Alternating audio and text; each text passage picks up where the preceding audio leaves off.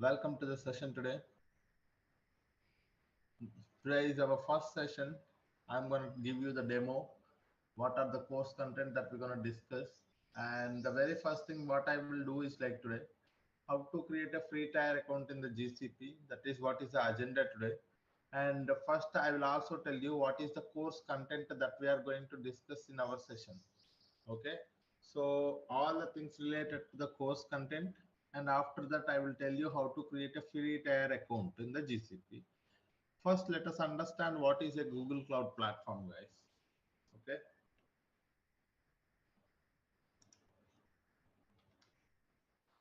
so GCP, what is GCP? Okay, so we are seeing nowadays cloud platforms become very famous because cloud platforms are mainly responsible for the cloud computing. Okay, so all the computation required for the data engineering or Kubernetes or application development, everything will be taken care by the cloud platform itself. Likewise, in the Google Cloud Platform is one of the leading cloud provider like AWS and Azure. So it is also providing you the cloud computing services. Okay. If we have to say what are the services that the GCP is providing, okay, in terms of a data engineering, you can look at the databases that it is providing, and also big data tools, big data processing tools, so many other. So these are the things that the Google Cloud provides. For example, there is a compute engines, Kubernetes engines, app engines, likewise cloud functions, serverless platforms, fully managed services. Okay, so all of these things that the Google Cloud Platform is providing for us. Okay, in our session, what we are going to discuss this, let me open a OneNote where I'll tell you what is the course content that we are going to discuss in our session and a later point of time. So if you guys have any questions, I will we will spend the time to discuss discuss if you guys have any questions. And let me tell you what is the course content first. So here is the course content, guys. So as we already know, as I mentioned, Google Cloud Platform is providing a pool of cloud computing services such as Google storage and database services, as well as big data services. Okay, here also you can see Google big data services. Okay, so in our session, what we are going to discuss is these are the things that we are going to discuss in our session, guys. Google storage and database services. Okay, the very first service that is what we are going to discuss is Google Cloud Storage. What is a Google Cloud Storage? Why it is important? What kind of a tool it is? What kind of a data it is going to store? All the things related to the Google Cloud Storage. And not only that, very important things about is like security aspect, because Google Cloud is one of the scalable and secured platform. So when you say secure platform, how do you make sure that it is secure? So with the help of the access control, with the help of the retention policies, with the help of the bucket access. So all of these things we are going to discuss. And after that, we are going to look at the cloud SQL. Okay. For that one, let me actually open my pen.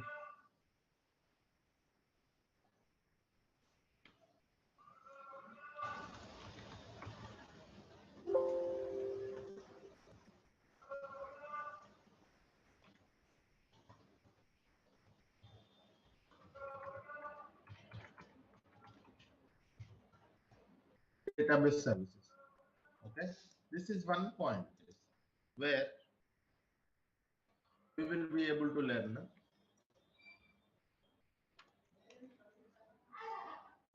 storage and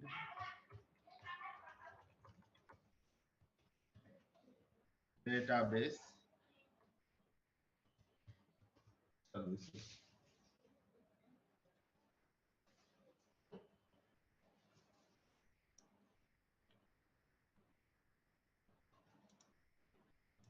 Okay, in this one, we are going to first see Google Cloud Storage.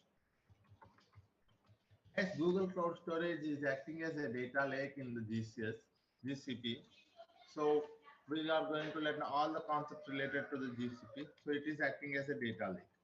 So we will learn what is a data lake, why it is a Google Cloud Storage is having a considered as a data lake here, how much amount of data we can store in the Google Cloud Storage, all of those things we will see. Okay, and we will see practically how to create a bucket and how to upload objects and how to work with the Google Cloud Storage with from the Cloud Shell or Linux commands. So all of those things we will see, guys. And one more thing.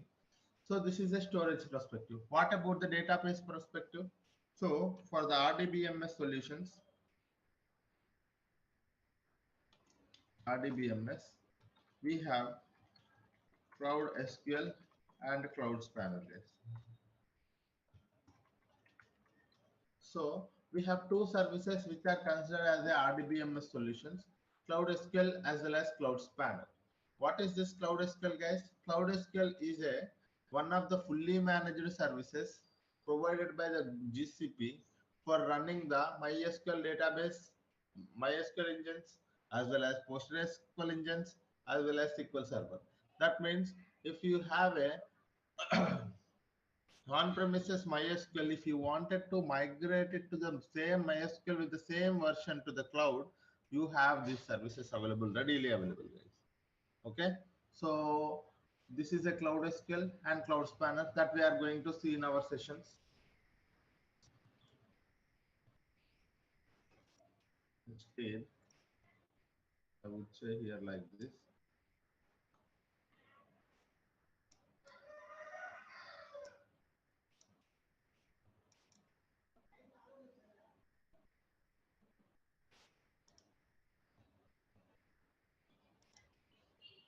Storage services.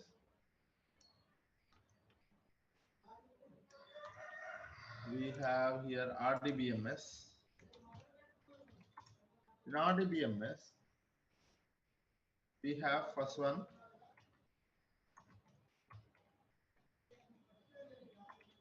Cloud SQL. Second one is Cloud Spanner.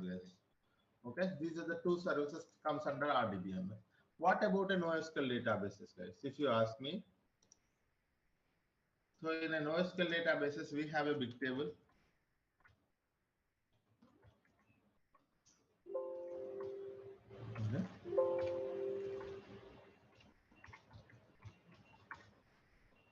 NoSQL databases.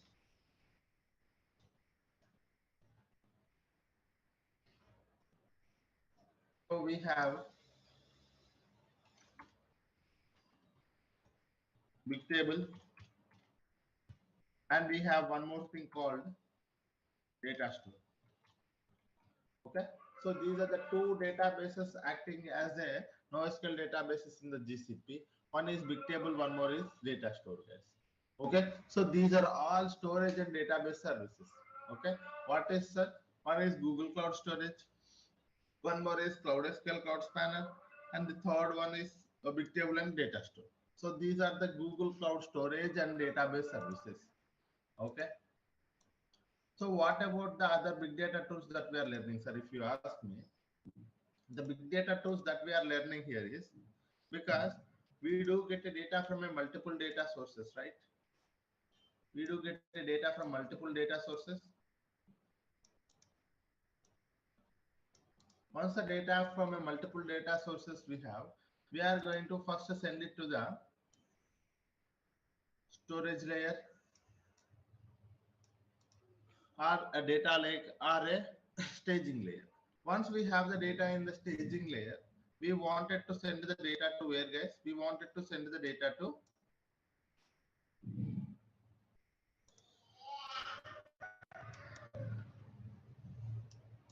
we want to send that data to the data warehouse. After that, there will be a different users will be there. Either it will be a ad hoc request, or it will be a reporting purposes, or it will be a business manager asking for a requirement. So there will be different requirements. So based on those requirements, we are going to create some insight tables on the data warehouse. Those will be used for the reporting purposes, or those will be used for the decision making purpose. Okay, so this is how it looks like this.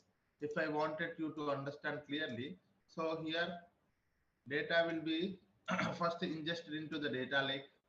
So here it can be an RDBMS.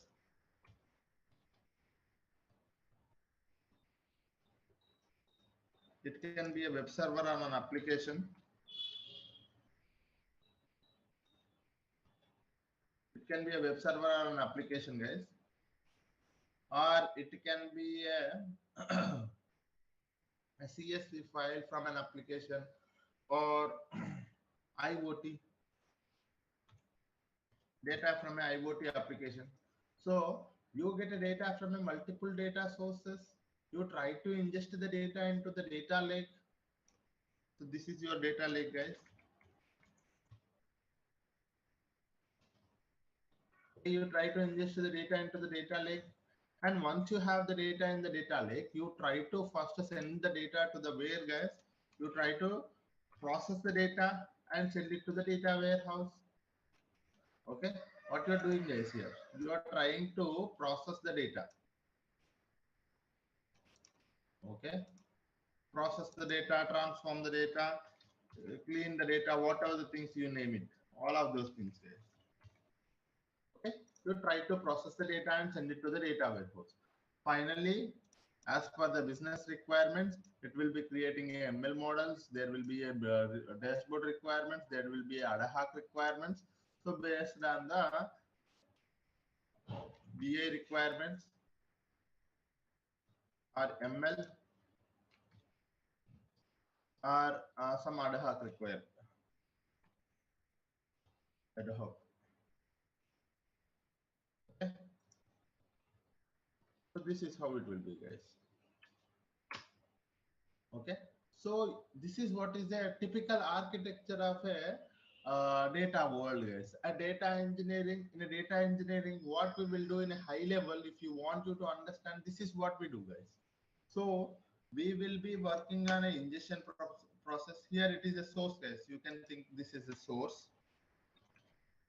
Okay, from source to the staging or a data lake, people call it as a storage layer. Okay, and here we are going to do what, guys? Ingestion, right? Ingestion are collecting the data, and what we are doing is we are doing process. What we are doing in a data warehouse, we are trying to analyze the data, transform or analyze, right? Transform, finally analyze. Analysis. So this is what I am calling, what you know, guys. This is what is mean by a data life cycle. In a data life cycle, you're gonna get the data from a source. You do the ingestion into a storage layer, and you do processing on top of it to clean the data, prepare the data. You do some transformations on top of it, and you try to analyze the data to improve your business. So this is what is called as a data life cycle. In a data life cycle, ingesting the data, collecting or ingesting the data, and storing the data, processing or transforming the data, finally analysis, or you can also say dashboards, report creation. You can also say report creation, reporting. Okay, reporting. Okay, so this is what is the typical life cycle, data life cycle, guys. In a data life cycle, this from the source to the finally reporting, that is where your destination is, right? You are going to create some dashboards, or you have a table that you can do directly do the analysis, or you ingest the data and finally store it in a one, instead of a storage layer, you can just mention it as a storage layer, storing, data storing. Okay.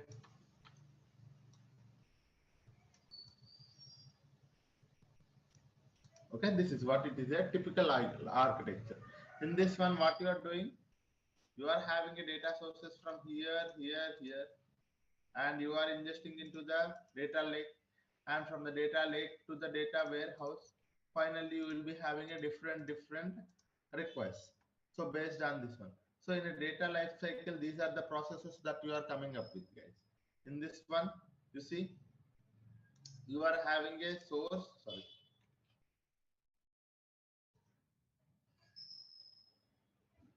you are having a source, ingesting, storing, processing, as well as transforming the data. So this is what is a typical architecture. It will be real. This architecture is very helpful for you to understand the data engineering, guys.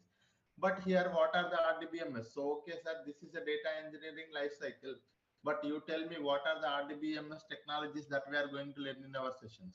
If you ask me that question, okay. So here I have mentioned here RDBMS, Cloud SQL and Cloud Spanner. Sometimes it can be a non-RDBMS as well, nothing but a NoSQL databases as well. That can be a big table or a data store. Okay. Sir, for ingestion purpose, what are the tools that we are using, sir? There are plenty of the tools for the ingestion purpose. People are using the PubSub, people are using the Kafka connector. We are going to learn the PubSub, guys. Okay. What about the data lake, sir? As a data lake, we are learning the Google Cloud Storage, guys. Okay. What is the data lake, sir? In GCP, we are learning the Google Cloud Storage that is acting as a data lake. Okay. And after that, we wanted to do some processing on top of it, right? This is also very important step, guys. This is not the very simple step. Processing. What are the processing tools that we are going to learn in our session? If you ask me, I wanted to mention those points here. Okay. Data processing services. Data processing services, that first thing we are going to learn is data proc for Hadoop and Spark environment. Data flow for Apache Beam with Apache Beam programming model. Data fusion for creating a data pipelines without writing any code. One more is Cloud Composer, nothing but Airflow environment, managed Airflow instance, guys. For creating a DAGs, it is a workflow orchestration tool where you create a DAGs with the help of the Python coding, guys. Very important tool. Okay, you're gonna look at the PubSub. And so these are the data processing systems that you are going to learn in our session, guys. Okay. So this is what I call as a data processing tool. Data processing tools in GCP. Okay. So if you wanted to process the data, okay, you can use these many tools. According to your requirements, sir, if I wanted to work with the data, if I wanted to work with the Hadoop environment and Spark environment, then you go for the data proc. If you wanted to work with a serverless platform and Apache Beam programming model, then you go for the data flow. You don't wanted to create a data pipe. You wanted to create a data pipeline, but you don't wanted to write any code. You wanted to create a pipeline and do the transformations without writing any code. That's where you have to go for the data fusion, guys. And one more thing, you have a plenty of workflows with you, and you wanted to manage all the workflows, schedule them, manage them, and even if something goes wrong, also if you wanted to take care of the fixing the problems, issues, you can look at the logs, all of those things. If you wanted to have, you can go to the Cloud Composer, that is the Airflow Manager instance, where you will be able to have plenty of options available. You can schedule the pipelines, you can monitor the pipelines, you can create the DAX, you can do anything in there. And one more thing is a PubSub is an big data ingestion tool, where you will be able to streaming data ingestion tool, where you will be able to create a topic and subscription for each and every application where you wanted to get a data. So a data message will be pushed to the topic, and via subscription data will be reached to the final application. So this is what is the data processing tools, guys. Okay. And after that, okay, after that, not only this one, sir. For example, in your company, you wanted to do some kind of a triggering. For example, think that in your data warehouse, you have created a one table, and that table is having a lot of problems. Okay, if problems are more than one, you wanted to get an email alert. Okay, what do you wanted to do, sir? If a problem has if the issues are more than one, you wanted to get an email alert. Okay, that is one thing.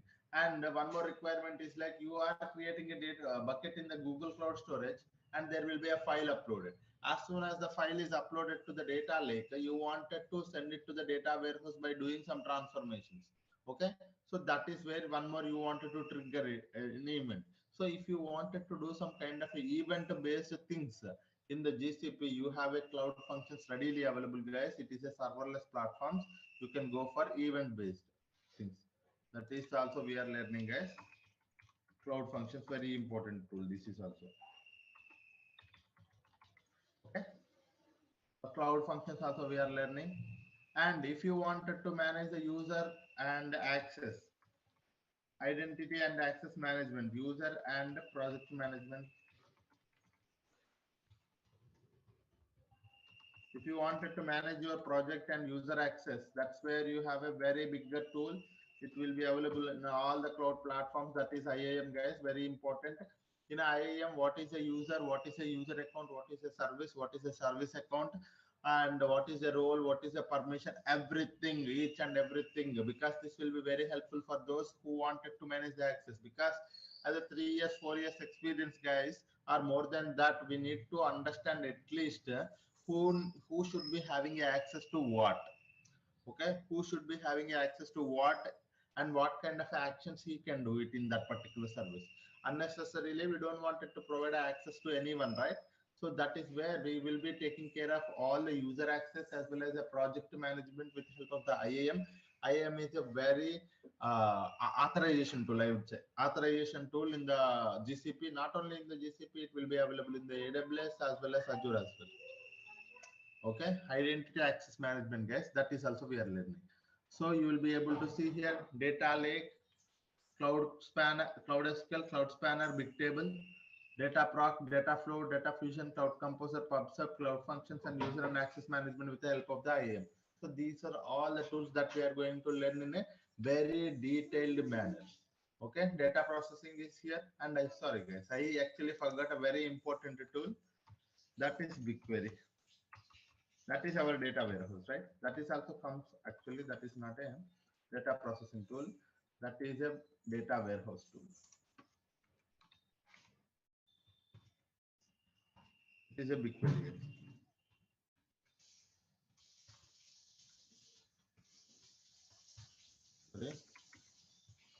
Sorry, BigQuery.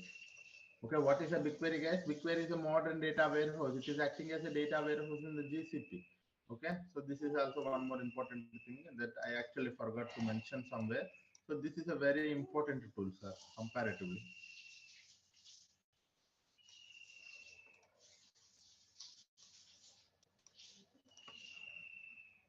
Okay, so this is all about the data warehouse. And if you wanted to connect it to the data warehouse and do some BI activities, we have a data studio and data looker, but we are not just focusing on those data visualization part, but at the end of the session, how people are connecting it to the data warehouse and doing some dashboards on top of our data, how and how it will be helpful for them. So we will see for those things, but it is not too much deeper, guys. This course is only responsible. This course is mainly intended for the data engineers. Okay, so this is what we are going to do, guys. Okay, any questions anyone having so far on the course content? Any questions, guys?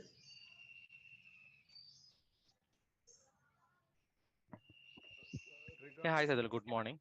Yeah, good morning everyone. Yeah, So in this course content, did you cover all kind of like a AD authentication, like Active Directory part is or not? so that is comes under IAM. Yes. Okay. Yes. And cloud functions. Okay. Yes, So it's a kind of like a developer tool. it's a data engineering. Which Okay. one you are asking? Cloud functions is a developer tool. Yeah, no. I'm asking. Basically I'm a .NET developer. So can I Okay, consume those services to how of my course. intention is to create service with authenticated Sure. authorized service, and I can consume that service through .NET. That yeah, you can learn a lot of things here. Yes. Yeah. Thank you. Yeah. How much frequently will be using SQL? Your voice is very less. I couldn't actually hear. Can How yeah. how much frequently will be using SQL queries? Yeah, frequency of SQL queries. So I would like you to understand that SQL and Python becomes very famous here in the data engineering. If you wanted to see Cloud SQL, Cloud Spanner SQL, BigQuery SQL, and even if I go to or data proc, and if I wanted to work with the PySpark, I'd be using the Python plus SQL plus Spark. Okay, so again it comes in SQL and data flow SQL, data fusion, no tool, cloud, it's a Python. So this is how it is, guys. If you wanted to understand all the concepts, whichever, whatever I am saying, so you would be able to, I'm expecting prerequisite for the course is a basic, or at least a basic knowledge on, sorry, medium knowledge on SQL and little bit of Python. Little bit, at least what is the data type. Okay, all the data types, if you learn it in the Python, that is enough. Okay, but SQL, I would expect a medium knowledge, guys. Okay, so it is, SQL is very important. And as a data engineer, if you wanted to grow, SQL is very much important, and you should be able to understand all the concepts.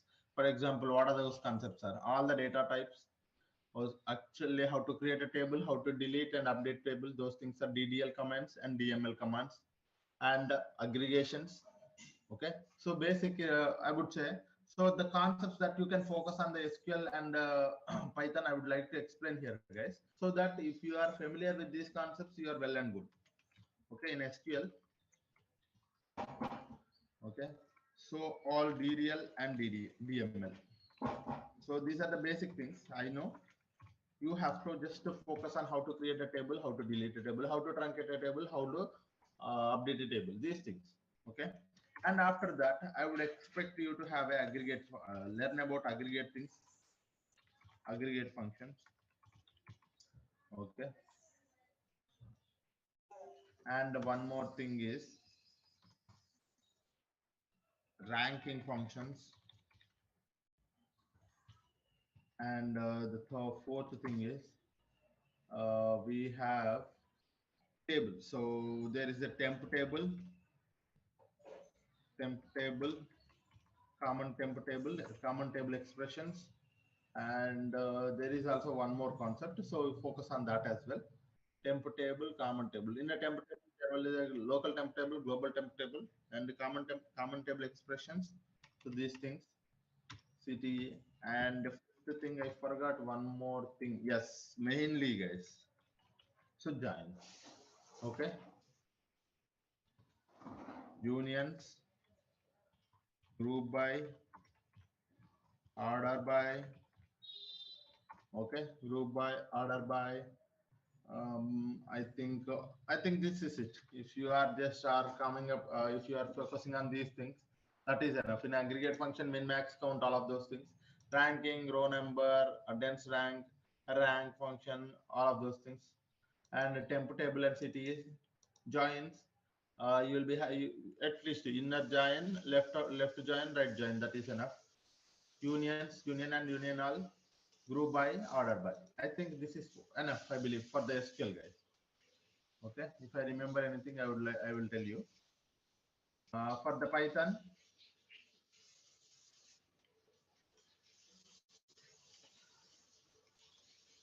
Python, I would expect you to have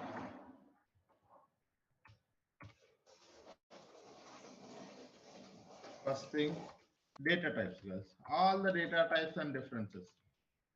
Very important thing. It actually takes a lot of time to understand these data types. And okay, then a very next thing is like aggregate functions. How do you do it in the aggregate function? Okay, if you get a time, look at the map and reduce,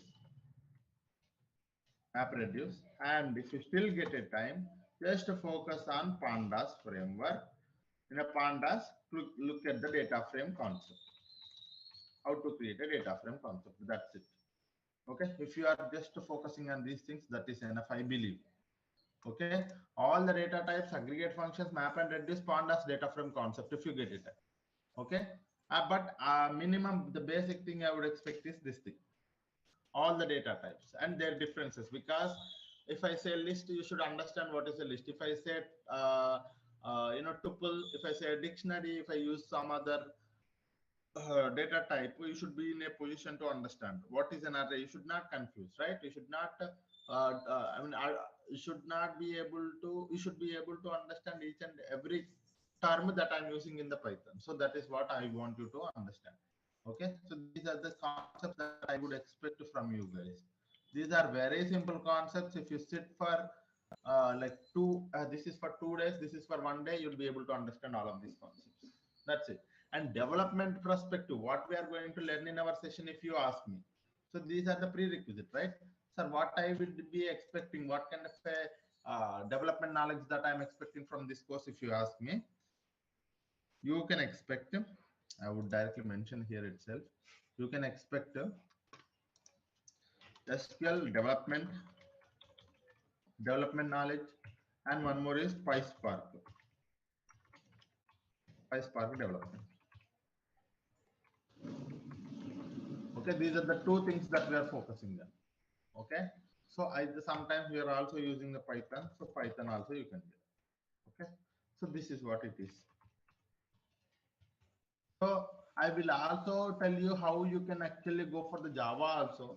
So that is also fine. Sometimes one of the code or two of the codes I will also include the Java, but that is more for you to understand. Okay, this code, the code will also be there in the Java. But the thing is like our main focus is on SQL and Python for the data engineering, guys, because it will be really helpful for you if you wanted to grow your career in a data scientist level or a machine learning mode. Because as a data engineer, if you work for the next 2-3 years, you will be able to easily enter into the data scientist roles, or you can also go for the machine learning roles, because it is actually one another linked, guys. Okay, so this is what is a prerequisite that I would expect from you guys. Okay, this is the thing that I would if you wanted to, sir, what are the concepts that I have to go for before coming to attending these sessions? What are the sessions? What are the things that I have to recapitulate? If you ask me, these are the things you recapitulate, guys. Okay, go for recap. And we will be learning SQL development, Python, PySpark, all of these things. No worries, because SQL will be used in most places. Python will also be used in most places. Okay, so that is one more thing. And we will also be looking at different formats, guys, CSV, Parquet, and big data formats. So I will also be telling you what are the difference between the big data formats. So because in the interviews, some people are asking me if you are working on a big data development, so did you work on the Parquet, and what is the main advantage of using the Parquet? Those kind of things also we will discuss in our sessions. That is not a problem. And I think that is enough, guys.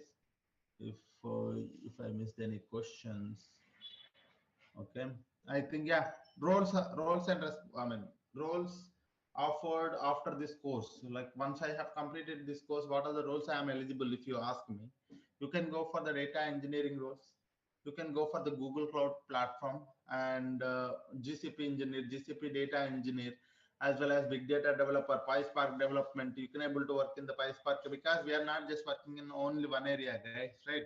So you can see each and every tool itself, it is a one project, guys. So data project will be there, data flow, data fusion, composer.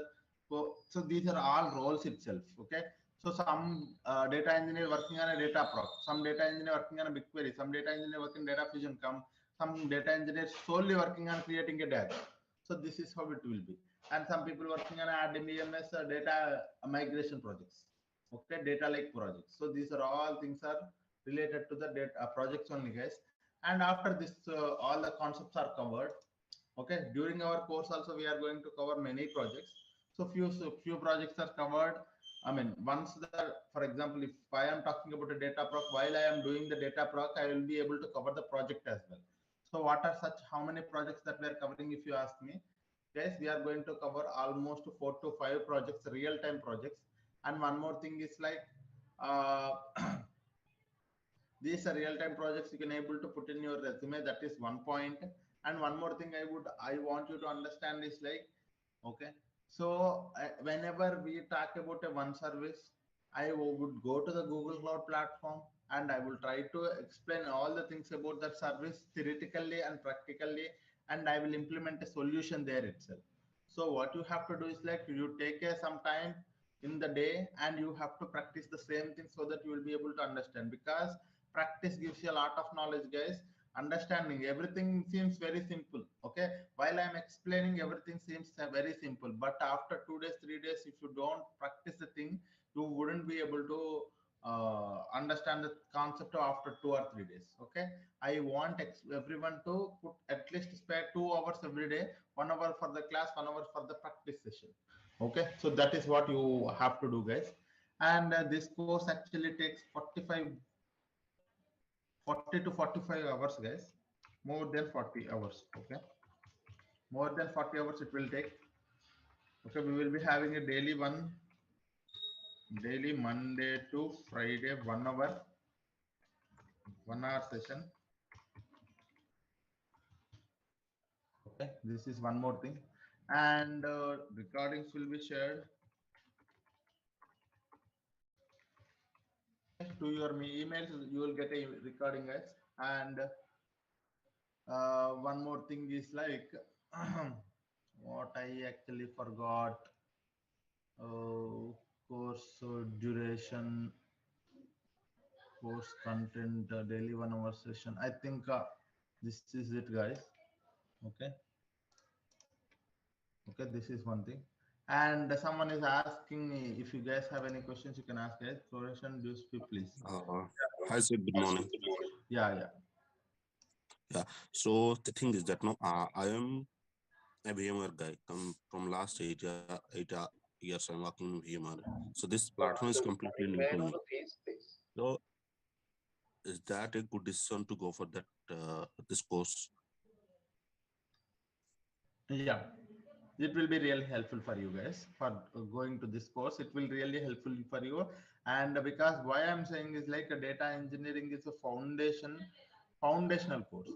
And one more thing, in our course, I will be starting from very basic to the advanced. I cover sometimes what is a data. I mean, because when we talk about a relational databases, I would talk about what is the data, what are the classification of the data, what is meant by structured, unstructured, semi-structured data. And one more thing is like what are the types of databases available, DBMS, RDBMS, and NoSQL databases. So from starting very basic to the advanced level where we will be able to automate the data pipelines. Automation, until the automation, we will be covering Okay. every aspect. So this course will be really helpful for you if you wanted to build your career in the data engineering. Data engineering is not simple, guys. One more thing I want you to understand, very trending technology, very trending. As data keeps on grows, data engineering will be a very trending and hot job for getting a lot of opportunities. First thing, because data keep on grows, data engineer will be in a trending job. Okay, and there will be a plenty of opportunities and highly paid job, guys. If you go and look at the highly paid jobs in the world, data engineering is one of the job which is a highly paid jobs. Okay, yeah. Someone is Okay. asking So for a duration. The course duration is 40 plus hours, and course fee you can able to contact the team so that they will be able to help you on the course fee, guys.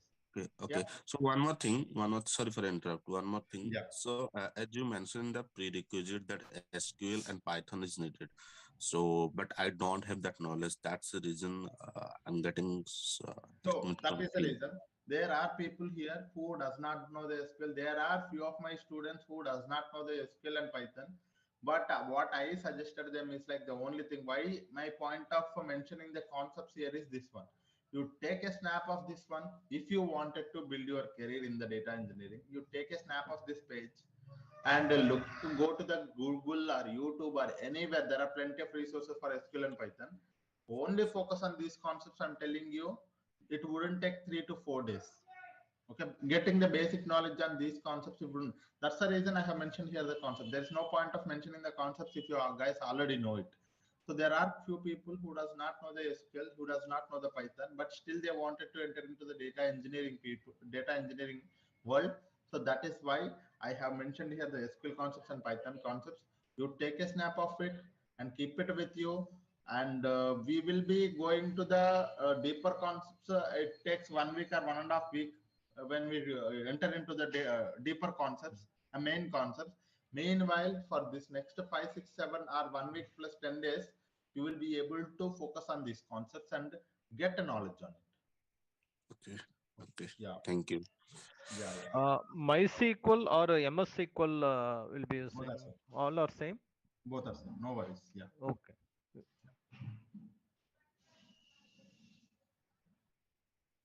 So someone is asking me, I'm planning to make a move in the data engineering. I'm having a 10 years of experience in the Oracle database. How it's helpful for me? I'm telling you, if you are coming from a Oracle database or if you're coming from a, you know, same background like MySQL or a support engineer or whatever the data, if you are working in a data world already, this course will be really helpful for you. You can get a good opportunities. First thing, a lot of hike you can able to expect, guys. A lot of hike you can able to expect. Okay.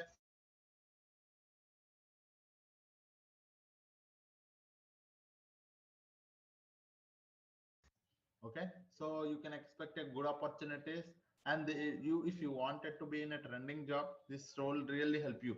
You worked on my Oracle DB. It is kind of a, you know, very good job, but you wouldn't be able to get a high XR. You wouldn't be able to get a laptop opportunities if you wanted to try it out. But data engineering is a very trending job. After 10 years, you wanted to again switch a job. It is again very trending. So it will be there for next 10 to 15 years. Data engineering in a very good position, guys. But this is one thing. And what is the course fee and who can help us to let us know? So for the course fee, guys, you can actually go for, okay, um,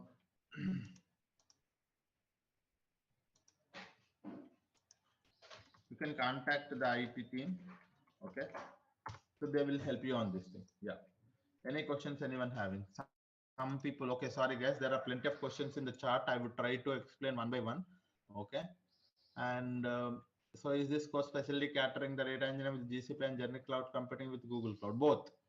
Okay, that is both, guys. Any project included in this course? Of course, guys.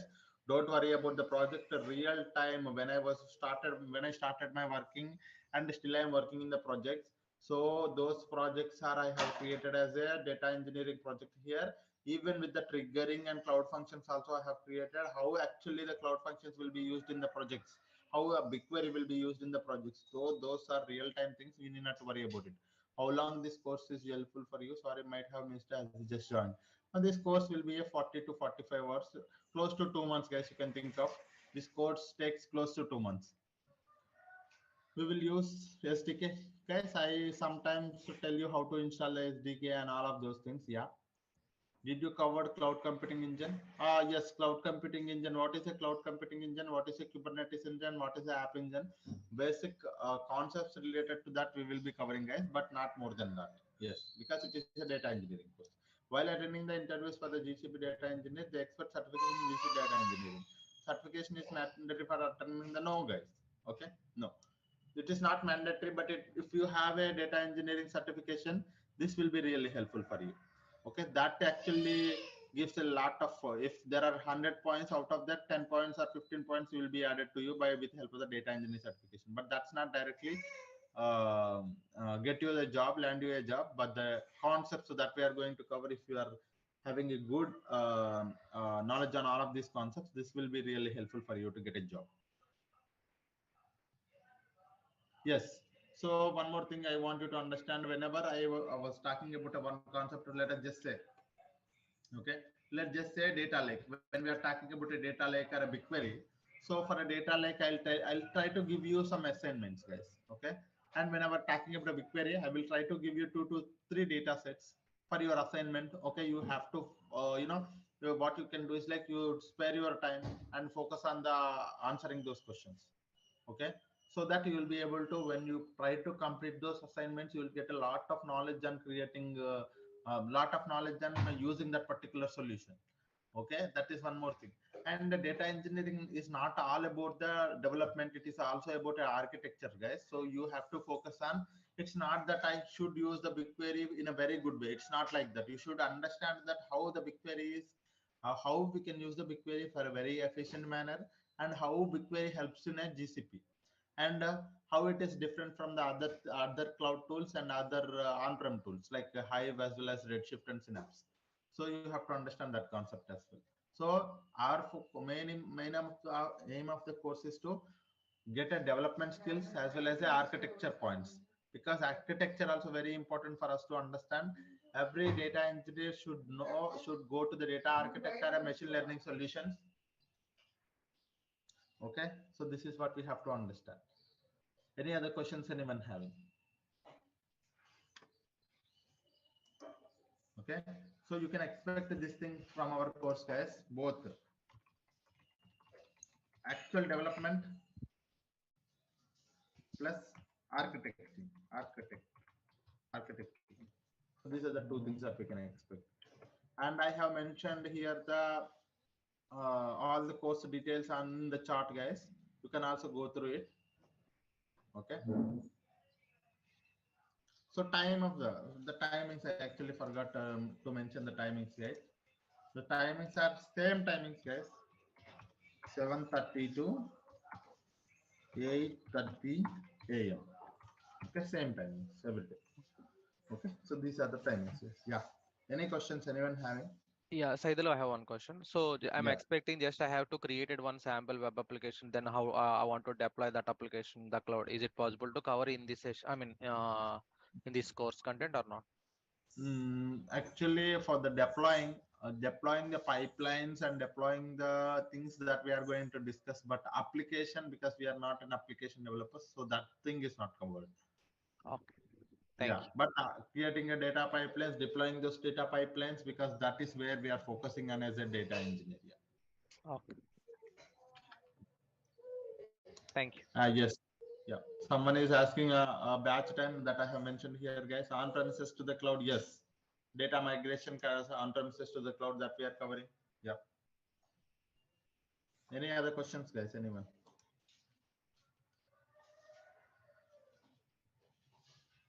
From tomorrow onwards, we will be having a initial classes, guys. Today is a demo class, right? So that's the reason. Yesterday's we had a workshop. Today we are having a demo class, first demo. So in the first demo, I'm telling all the things that we are going to cover in our session. Tomorrow, I am going to start with the Google Cloud Storage. So before that, I want you to understand how to create a free tier account. Okay. So I would tell you tomorrow itself. Okay. It wouldn't take more than 5 minutes or 10 minutes. Okay. Tomorrow I will tell you how to create an account. And this is an course content and everything, guys. If you guys have any questions, you can ask me. Otherwise, if we have time, I will tell you how to create a free tier account today itself. Yeah.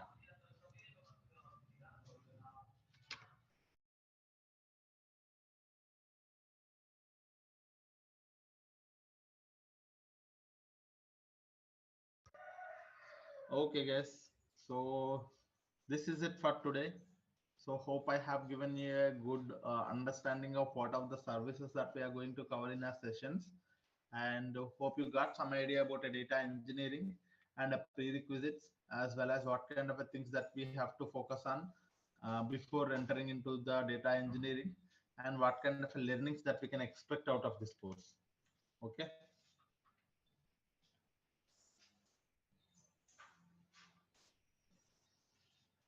Okay. So there will be a comparison, guys. So someone is asking AWS to the GCP. Whenever I am covering one service in the GCP, I would also tell you what kind of a service that is the same available in the AWS as well as Azure as well. So you will be able to have some knowledge on topic names of each and everything. But the only thing you have to understand, one thing is like, if you learn one two cloud tool, that means you are learning all other cloud tools. The only thing is like you do not know the proper terminology. That's it. Okay, so if you are learning one tool, that means one cloud tool means you are learning other clouds as well. Okay, so don't think that if I today if I learn what could be a thing, that if I go to the company, if they're asking me to work on AWS, it's the same thing. You need not to worry about it. The technology is same. The only thing is like a platform is different. That's it. Okay, any GCP support job roles. So all these things, development plus support plus big data developer plus admin plus, this course will be for all of the things, guys, because we are covering the IAM for the admins. We are covering the if you are wanted to go for a support, you need to know the services first. So you should know the development plus support. This course is for the development. If someone wanted to go for a data engineer, a developer, or a support developer, support engineer, or a admin. So this course will be helpful for all of you guys. Yeah.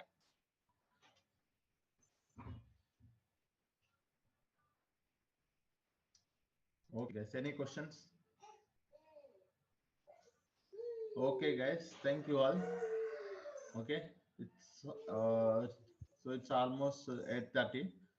So I'll be here for next 2 minutes. If you guys have any questions, you can ask me. Otherwise, we can wind up the session.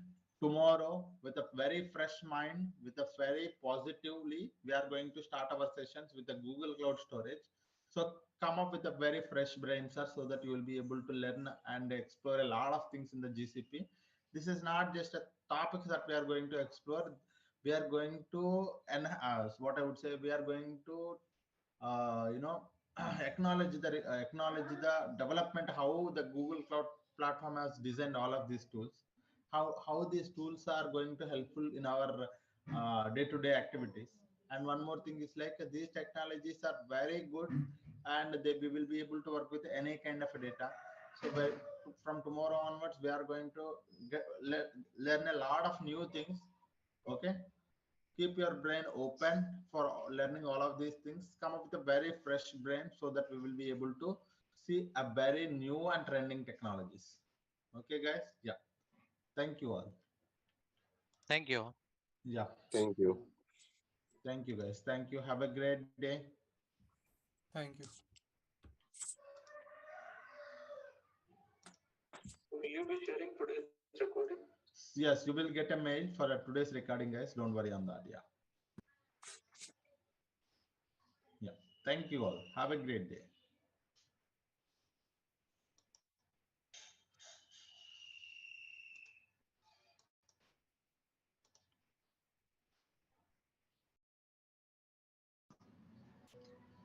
Hello, everyone. Good morning. Welcome to the session today. Hope you guys are doing good. So, yesterday we had discussed what is the course content and everything. Recording in progress. Right? From today onwards, we're going to discuss the very first topic, that is in a GCP, we have a GCP database landscape and big data landscape. So one by one, we are going to start with. So in a first half, I'm going to explain few concepts related to the databases, that is our Google Cloud Storage. And after that, we're going to start with at the second of our session, I will tell you the how to create a free tier account in the GCP, so that you'll be able to create a free tier account. After that, you'll be able to practice what are the sessions that we are having in. So let me start with the session today. So in the GCP database landscape, this is the agenda, guys.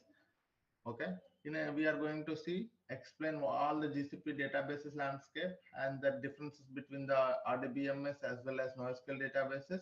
And in this one, we are going to look at the CloudSQL, Cloud Spanner, and Bigtable. Okay, so these are the things. So first, we're gonna see data lake modernization in the GCP. If you wanted to have a data lake in the GCP, how we can have it? So which tool can be acting as a data lake in the GCP? Let us see one by one, right? So yes, we already know what is a data lake, guys. A data lake is a centralized repository to store the data. Okay, a centralized repository to store or retrieve the data as per the business requirement, right? So what kind of a data we can store, guys? You can see here. We can store structured data, semi-structured data, unstructured data. We can store either if it is a batch data or streaming data. It should be able to stand for SQL, ML, and searching. We can able to store on-prem data, cloud data, and this data. So it is a scalable and secured platform to store the data, retrieve the data for further analysis or processing purpose. So this is what is a data lake, right? We have seen what is a data lake. Let me try to tell you what is a data lake from my notes. Okay. This is my notes, guys. Where is that?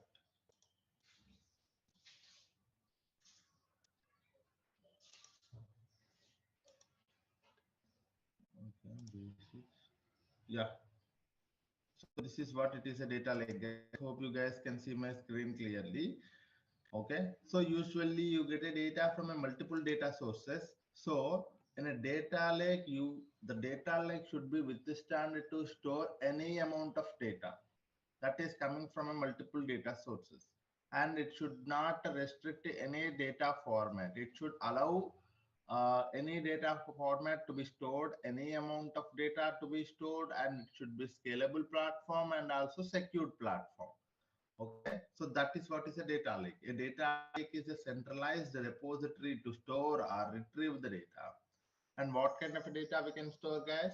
Any kind of data we can store here. Okay, and do we have any restriction on the number of files that we can store here? No, there is no restriction on the number of files that we can store in the data lake. Okay, and it is a scalable and secured platform, right? So this is what is the definition of a data lake. Now let us see data lakes using a GCS. In a Google Cloud platform, we have Google Cloud Storage is acting as a data lake. What is that? Let us see now. Okay, so this is Google Cloud Storage is as a data lake in the GCP. So what is a Google Cloud Storage, guys?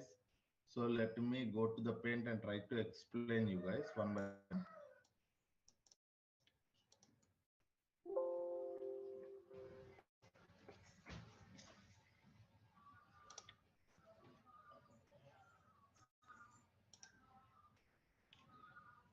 So from today, from the very first topic that we are going to see is Google Cloud Storage.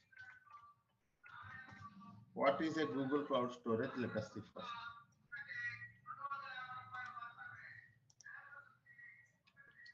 Okay, so Google Cloud Storage is one of the fully managed services in the GCP. What is this one, sir?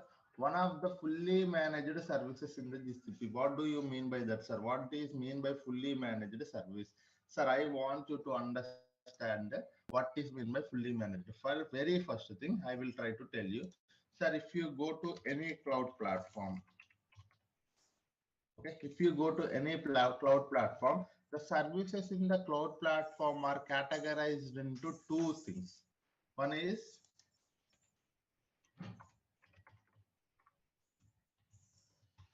managed instance,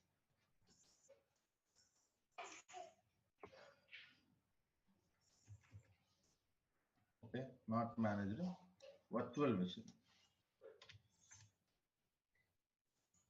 Second one is managed instance, and third one is serverless. Okay, sir, VM based. People call it as a VM based. Okay, these are the three categories. If you go to any cloud platform, the services in the cloud platform are categorized into three. One is VM based services. One more is managed services or fully managed services, and third one is serverless. What do you mean by that, sir?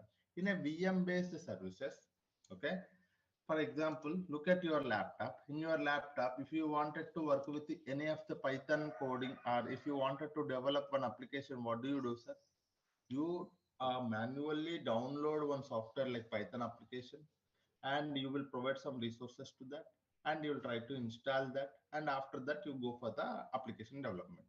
What do you do, sir? Whatever the requirements, whatever the resources, whatever the infrastructure required for your entire application development, you as a person taking care of it, taking considering from the laptop itself. So you need a laptop. That laptop needs to have some kind of resources, and that laptop will have its own configuration.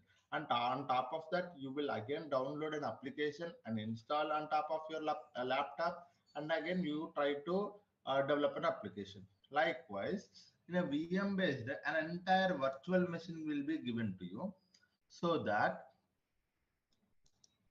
an entire virtual machine will be given to you. 1 minute, guys. Sorry, I'm getting a call. 1 minute.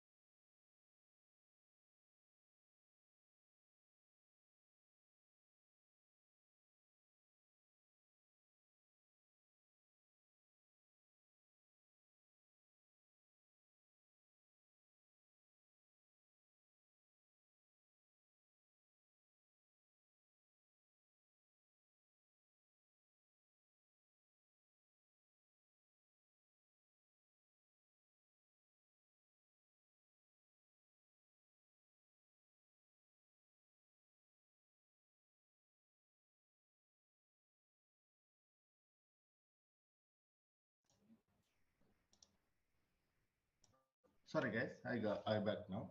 So there are three categories in the cloud platforms. One is VM based, managed, and serverless. But before this one, if you wanted to understand, there is a one more category which is not a cloud platform. That is non-cloud platform. That is, we call it as an on-premises, right? So we have a one more thing is also there, that is on-premises. It is not a cloud. In on-premises, if you wanted to work with any of the application development, you have to manage your physical infrastructure. Okay. Physical infrastructure you have to manage. Again, if you need to have a separate environment, you have to manage your virtual machine. Manage the virtual machines. Manage the VM. And again, if you wanted to work with an application, you have to manage your application. Okay, because you have to download, install, all of those things. Again, you are the person need to develop the solution. Okay, so in a typical architecture, this is the things happening is in any company. If someone wanted to work with the any application development, first thing there will be a resources part. One is infrastructure. So as a person, we have to take care of the physical infrastructure. Again, if we have to have a development environment separated for each application, we need to go for a virtual machines. And again, we have to manage the application configuration. And finally, we can develop the solution on top of the service. So this is what it is. So in on-premises, you as a person have to manage all of these things, guys. Okay, in on-premises, we have to manage all of these things. Okay, but if you go to the cloud platform, what is the main advantage? Let us see one by one. Okay, very important thing, guys. No one will tell this point, but you have to understand, because somewhere you are seeing a VM based services, somewhere you are using a managed services, somewhere you are using a fully managed serverless platforms. So now you will be able to understand the concept of this one. Okay, in a VM based, you need not to manage the physical infrastructure, because the physical infrastructure will be provided to you in the form of a virtual machine to you. In the cloud platform, you need not to manage the physical infrastructure, but you have to manage your configuration for the virtual machine. You have to manage your application platform as well as development. Okay, in a VM based services are hosted, people also call it as a hosted, guys. VM based are hosted services. In this one, you need not to manage the infrastructure here, because infrastructure will be provided to you in the form of a virtual machine. And after that, how managing the virtual machine, managing the application, and developing a solution is on you. Okay, but who will be taking care of the physical architecture? The cloud platform will be taking care of it. And if you go to the second category, that is managed services, the physical infrastructure will be taken care by the cloud platform, and managing the virtual machines also taken care by the virtual platform, and only the application and development will be taken care by you. Managing the application, managing the developing a solution will be based on you. Okay, you have to manage it, you have to take care of it. Okay, and if you go to the serverless platforms, the name itself it is saying, you need not to worry about a physical infrastructure, you need not to worry about a virtual machines, you need not to worry about a platform. Managing application, nothing but managing the platform, guys. Okay, you need not to worry about a platform, you can directly go for the development. Okay, this is what the cloud platforms are doing a best thing for us. Okay, because they are taking care of a lot of burden from us. If you go to the virtual machine based, an entire virtual machine will be provided to you. When they have given a virtual machine to you, all the configuration will be given to you, guys. If you need this much of, if you need 500 GB, 1 TB, 10 TB, 100 TB of storage, networking properties, as well as the RAM, if you need to have a lot of CPU, you can select it. Okay, so a highly robust virtual machine, you can select it. If you go to your laptop is a small machine which will be having only small configuration. But if you wanted to have a very heavy machine with a large properties, you can select it. Okay, that properties will be that management of the virtual physical infrastructure will be taken care by the cloud platform. How, sir? We already seeing some data centers, right? Google have its Google data center, Amazon having its Amazon, and that's where they are managing the physical infrastructure and managing the virtual machine, managing the application, and developing an application will be on you when you go to the VM based services. If you go to the managed services, physical infrastructure as well as managing the virtual machine will be taken care by them. Only the application development, application and its development will be upon you. Okay. And if you go to the serverless, only the development part you are talking about. Because we will see in our upcoming classes what is the fully managed, what is the serverless.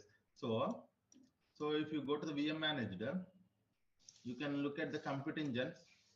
Okay, compute engines are there. Kubernetes engines are there.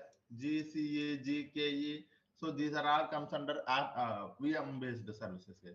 If you look at the managed services, we are every day looking at managed or fully managed. You can see that.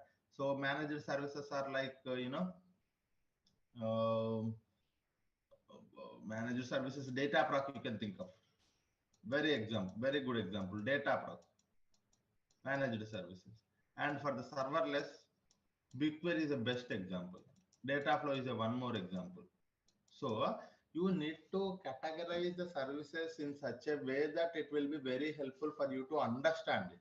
Because in a company, if a client asks you whether what kind of because we are looking for a serverless platform, you should be in a position to understand what is the serverless platform. If they are looking for a semi-serverless platform or a managed services, you should be in a position because serverless platforms provide you a lot of benefit when you talk about a cost. Okay, when you talk about a managed services, the cost will be okay, and you have to manage some amount of things like managing the application. So there is some burden on you managing the application. So you have to take care. Your team has to take care about managing the application.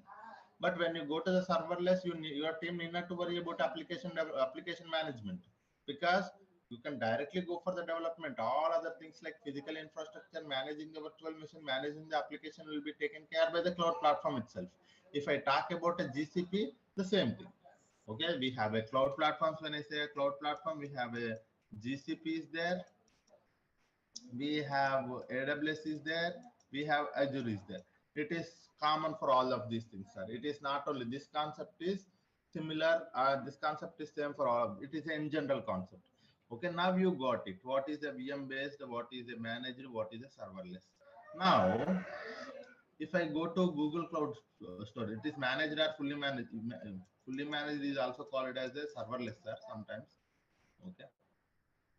If you go to the Google Cloud Storage is a fully managed service. Okay, what is that, sir? It is a fully managed service. What does that mean? It is all the infrastructure required for the, okay, all the, you can also say it is actually a managed service or fully managed. Actually, I can't. This one. Okay, so a managed service. When I say a managed service, all the infrastructure, physical infrastructure, as well as the virtual machines will be taken care by the GCP. Okay, what are the rest, guys? You have to create your own application. Okay, when I say application, how the Google Cloud Store, how the Google Cloud Storage operates, you have to understand. Then only you will be able to understand the what is meant by fully managed service. Because I know that Google Cloud Storage is operates with help of the bucket and files. You have to, when I say a fully managed service, all the physical infrastructure and virtual machine will be taken care by the GCP, and bucket configuration you have to provide. What is meant by that? You have to provide the bucket configuration. When you provide the bucket configuration, a bucket will be created for you. Okay, and after that you can upload files, you can go for the development. When I say development for the GCP is creating a file or uploading a file, uploading a lot of files, creating many buckets, so like that. Okay, what is mean by fully managed? All the resources as well as infrastructure will be taken care by the GCP itself. So for that point I have explained all the things, guys, because this terminology will come all the time. So that's the reason I have told, I have to tell, I have explained here. Now,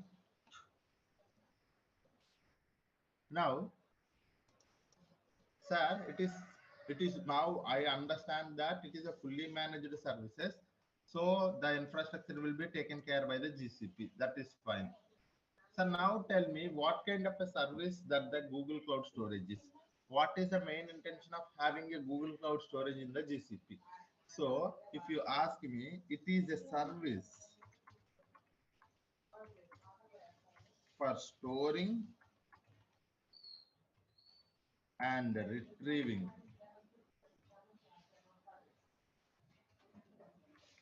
the data. Okay. So what kind of a service it is, sir? If you ask me, it is a service for storing and retrieving the data. Sir, what kind of a data I can store here? Sir, what format data I can store here?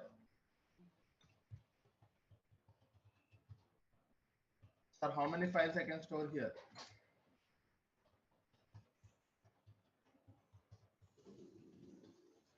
Okay. Sir, how much amount of data I can store here?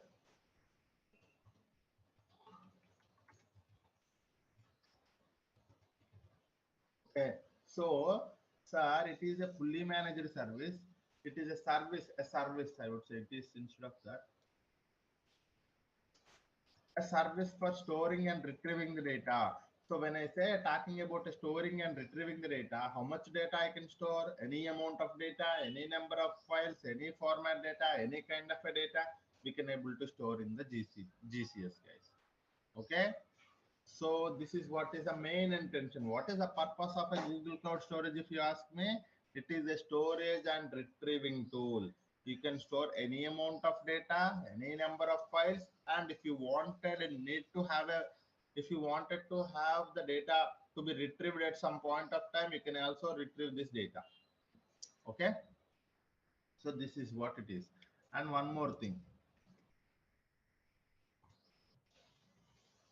So how the Google Cloud Storage operates? Okay, sir, it is a fully managed, that is fine, and the purpose of the service is also fine, but how it operates? Okay, how it operates? Sir, it operates via bucket and files.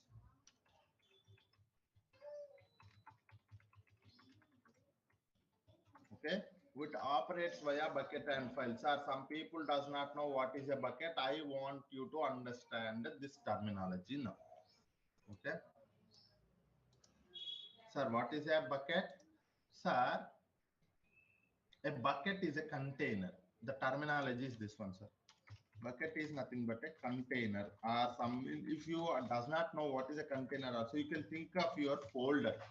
Okay, a container is not, a bucket is nothing but a container, and terminology for the object is nothing but a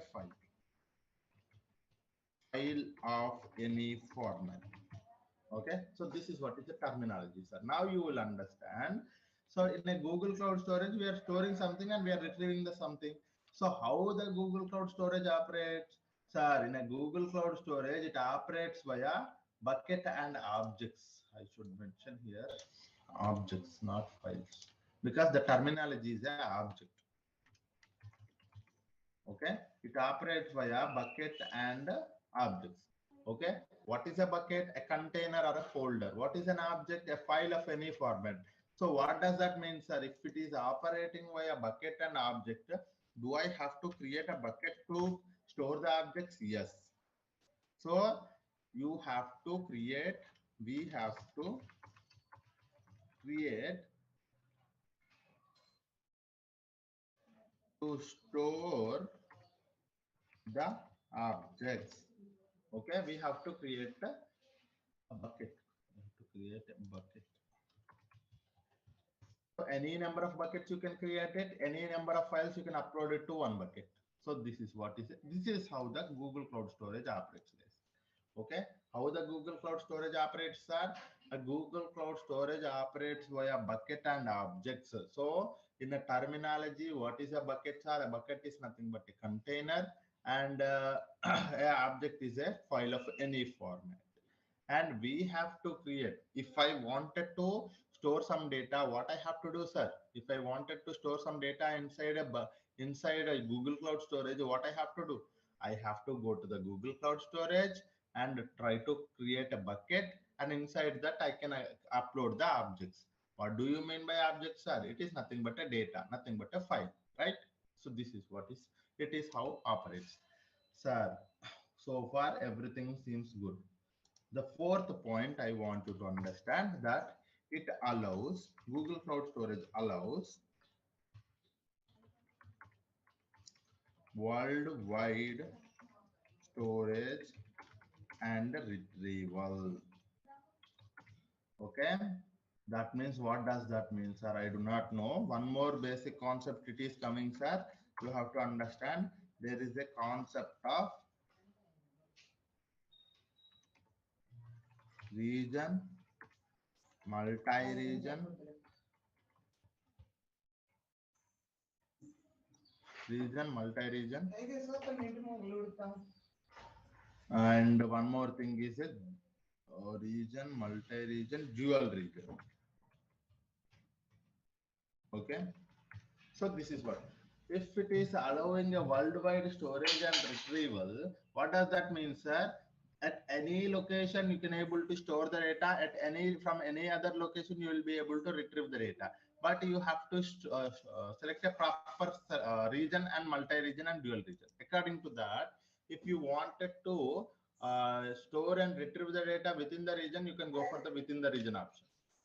And if you go to the multi-region, the data will be retrieved across all the regions. And dual region means within two regions. Okay, we will see this difference. Okay, this is actually takes some time, so we will see this difference tomorrow. Okay, what is the main intention of having a regional service, regional storage and multi-regional storage and dual region storage? Because there is a difference between them, and there is an advantage also there, and there is a cost in terms of a cost also. You can look at it, guys. If I go to the region, the cost will be little lesser. When I say dual region, the cost will be little higher. If I go to a multi-region, the cost will be little more higher. And we will see that tomorrow the main difference why it is so. That is one thing that we will see tomorrow, guys. The fifth point is, as I told you, scalable and secured platform. What does that service, sir? It is a one more final point, sir. It is a scalable and secured platform. So we will see what is meant by secured platform. And I just want you to give you an overall heads up to the Google Cloud Storage. Now you got it. What is a Google Cloud Storage? The only thing you have to understand today is that what is a Google Cloud Storage, and what is the main purpose of having it, who will be taking care of the resources here, and how it operates, how the Google Cloud Storage operates, and what kind of a tool it is, whether it is a storage, worldwide storage or a retrieval service, and whether can we go for a secure, whether it is a secure platform and scalable platform or not. This is the only point you have to understand, guys. Tomorrow we will see how to create a bucket. Inside that, all these things, like when I say secure platform, right? So we can able to say access control, and very basic concepts we are going to see tomorrow. Object versioning. What is mean by all of this terminology? We will see retention policy. Okay. Okay. And one more thing is also there, storage classes. Okay, we can also go for the storage classes. While you are creating a bucket, there is also a storage classes. So tomorrow we will see all of these things, sir. Whenever you wanted to create a bucket, so you can select a proper bucket name and a location where you wanted to. So when you wanted to create a bucket, you have to give a proper name to the bucket. Okay, you have to give a proper name to the bucket, and you have to select the location of the bucket, and you have to select the proper storage class for the bucket, and we have to select the access control, and we have to select the object versioning and retention policy.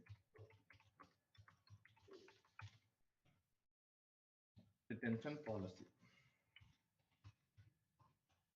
Okay, tomorrow we will see in while we are creating a bucket, all of these concepts we will see because these are the practical concepts. Okay, so what are these? How we have to give a proper name to the bucket, because it is not directly, sir, I can give any name. Okay, it is not like that. It has to be a globally unique name. How to select a location? When I say select a location, we know that we have a region option is there, we have a dual region option is there, we have a multi-region option is also there. And storage classes, there are 4 storage classes like standard, nearline, cold and archive. Access control also we have 2 options. Access control at rate bucket level, access control at rate object level is also there. So we have to see all of these things while we are creating a bucket. Okay, today hope you got some idea about a Google Cloud Storage as well as the different varieties of the services in the cloud platforms. Okay, yeah, any questions so far on the Google Cloud platform, guys?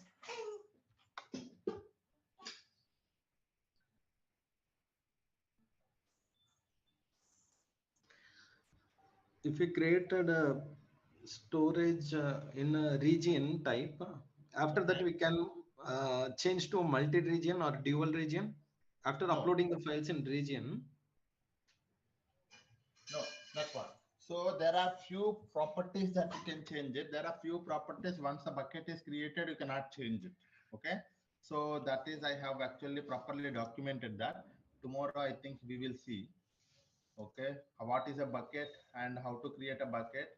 So bucket configuration. See, when you look at the bucket configuration here the location, you see for the location, this is we have selected a US West one and it is not editable.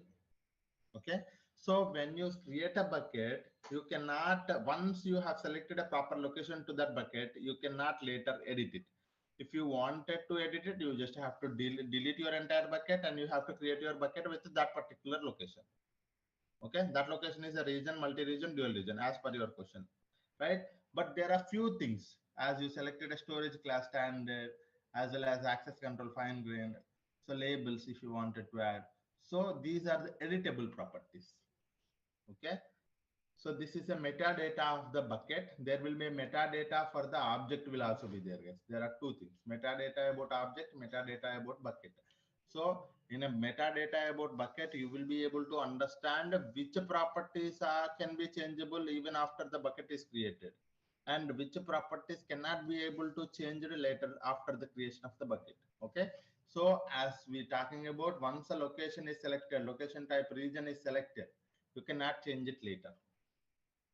Hope I have answered your question. Yeah. Sir, one question. Yeah. So in terms of, suppose we create a bucket and we have it in one region, and suppose we don't want to delete that bucket, we just want to replicate that bucket and keep a duplicate of that, and with added functionality in terms of adding location as well. So can we do that? Yes. So this is for, it's a one scenario that what you wanted to do is like you have 2 buckets, right? It's 2 buckets, right? It's not only 1 bucket, right? So as I told you, because I'll tell you why I said 2 buckets, because when you wanted to create a bucket, the name of the bucket is globally unique name. Okay, you cannot give a same name to the 2 buckets. First thing.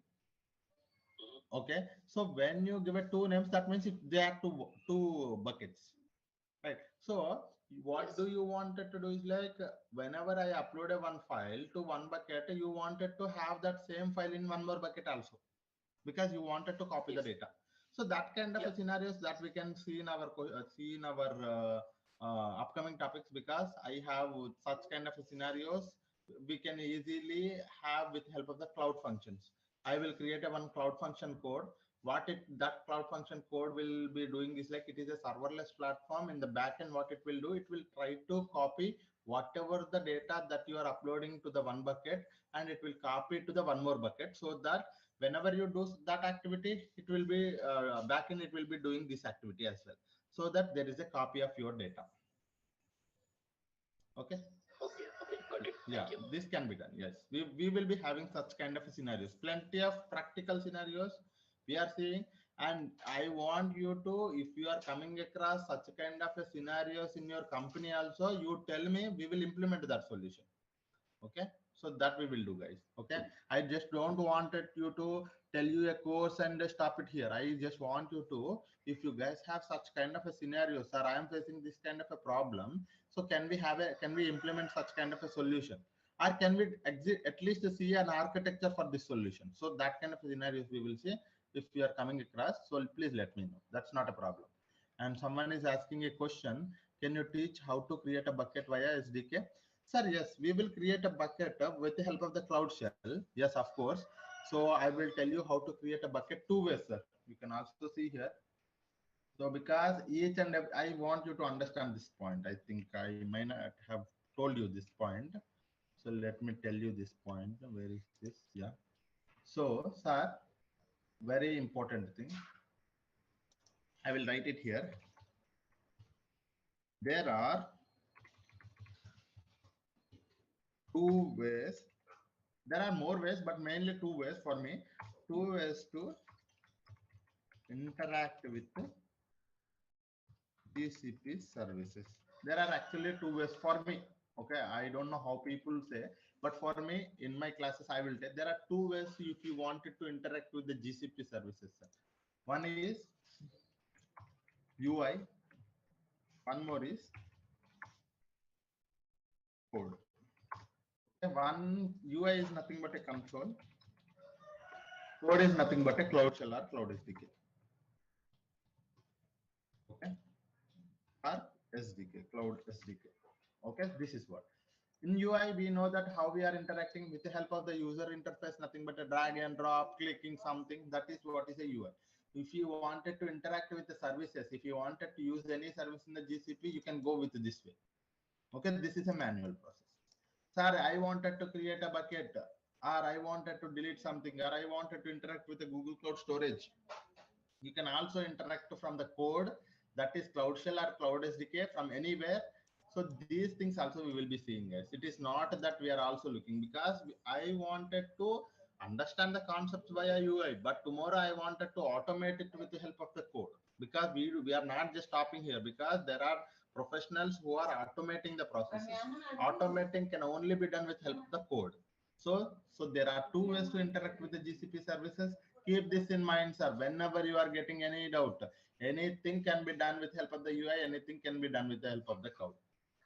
Okay, creating a bucket. Tomorrow, if I wanted to create a bucket, yeah, sorry. Through code, we can use REST API also. Yeah, through REST APIs also we can use it, but most of the people using these things. So even I am covering these two only. That is the reason I have mentioned REST API is also there, and there is also one more thing is also there, mobile application also. But most of the times we will be using this thing only. Even in the companies also, people use UI as well as Cloud SDK or Cloud Shell. Yeah. Okay. And one more question: any Terraform Ansible tools required for automation? Sir, no. Any Terraform and Ansible tools required for automation? No, sir. Our main intention is to have a data to be created and automated with the help of the pipeline. So that is what we are going to do. That is SQL plus Python is enough for this course. Yeah. Okay. Yeah. In real time, we will be creating the bucket, or admin team, they will create the bucket and hand over to us. No. So there are two ways. So if you go to, there are two, it depends upon your company, guys. If you go to the MNC companies, you will be having a dedicated team for the admin. So they will be doing the admin activities. Admin, I would not say admin. So there are two, admin, or you can also DevOps. Okay. They will be taking care of the resources, infra related things, they are taking care of it. Okay. But if you go to the tier 2 companies, tier 3 companies, what they do is like something like startups or some low base, I mean, not product, some basic product based companies are, you know, if you go to small scale companies, what small scale? Okay.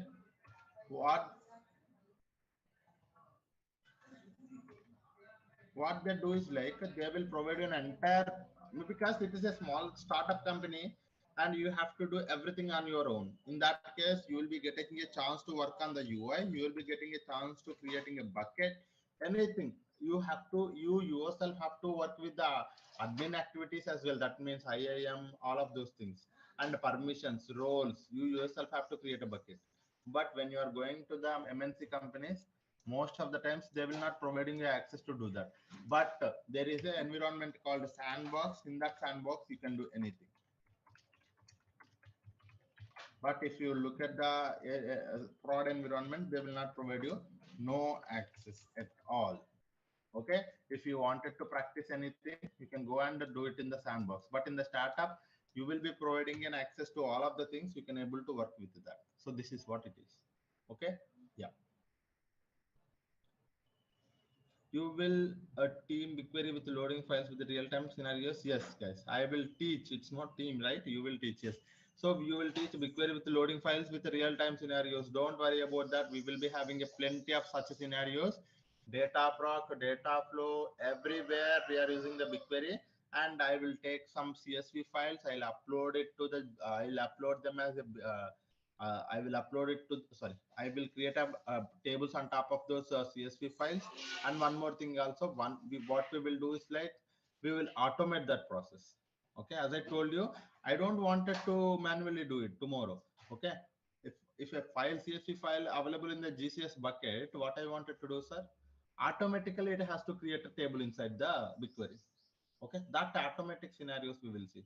Don't worry about that, sir. Plenty of automations, plenty of scenarios, topics, real-time things we are going to see in our thing, guys. Don't worry about that. Yeah, just to focus on the knowledge, you will be able to get a lot of you know, real-time scenarios from me. The only thing is like, please be attentive during the class. Yeah, yeah. Now, so this is enough for today. What I will do is like I will try to tell you how to create an account. So we will see tomorrow rest of the concepts. Okay. Now let us see how to create a bucket. Sorry, it's already 8:20, guys. Okay. So let me. Can we see it tomorrow or shall we see it today itself? Sir, I would tell you. Some people are asking for the. Yeah. Some people are asking for the slides and some people are asking. So slides I may not be sharing with you, but what I will do is like I will share you the material. Okay, what is that material? It is a very robust, and you see the material for the Google Cloud Storage tomorrow. Today we have seen, right? What is the Google Cloud Storage? This is access to my notes I will give you, sir. What is a GCS? How to create a bucket, all the concepts, high level concepts. And note, oh, here I have mentioned, sir, whenever you use any service in the Google Cloud platform.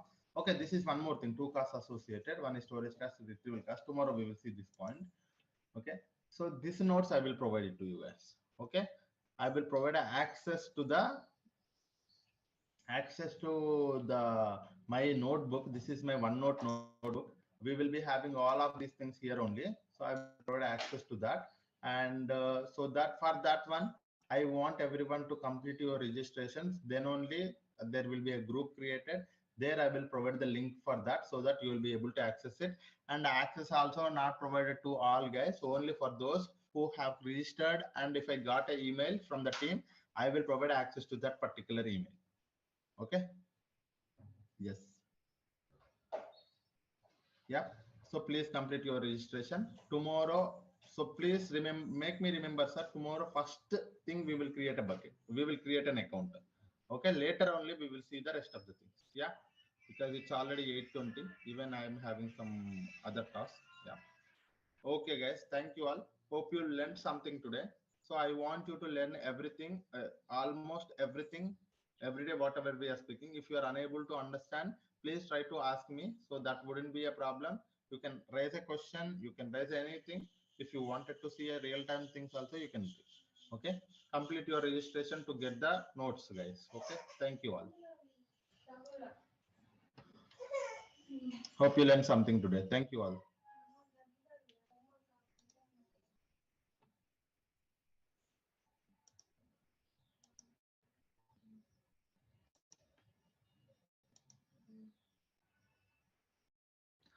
Hello, guys. Very good morning, everyone. Hope you guys are doing good. Welcome to the session today. So, let us start the session. If you remember, yesterday we had discussed about the introduction of the Google Cloud Storage, right? What is a Google Cloud Storage, guys? Google Cloud Storage is a one of the fully managed service. What does that mean? One of the fully managed means fully managed is nothing but all the resources required for the managing the files as well as storing the files and retrieving will be taken care by the GCP itself. We need not to worry about that thing. The only thing we have to worry about is like how to create a bucket and how to upload a file, and after that how to make sure the data is controlled, and need not to worry about the resources required to build this GCS. And one more thing we have to worry about, what are the storage classes we need to take care of it, and the location as well as object version. And what kind of a tool it is, guys, if you ask me, a Google Cloud Storage is a service for storing your any type of a data, any kind of a data, any number of files we can store here. And how the Google Cloud Storage operates? Google Cloud Storage operates via bucket, okay, and objects. What is a bucket, guys? A bucket is nothing but a container to store your objects. And what is your file object, guys? Object is nothing but a file. Okay, it allows worldwide storage and retrieval. It is a scalable and secured platform. So this is all about a introduction to the Google Cloud Storage. Now the question is how to create a bucket. Sir, as I told you, if I wanted to work with any of the service in the GCP, there are two ways. One is via console, one more is via command line tool. Okay, so let me open. Okay, so if I wanted to work with a uh, interact,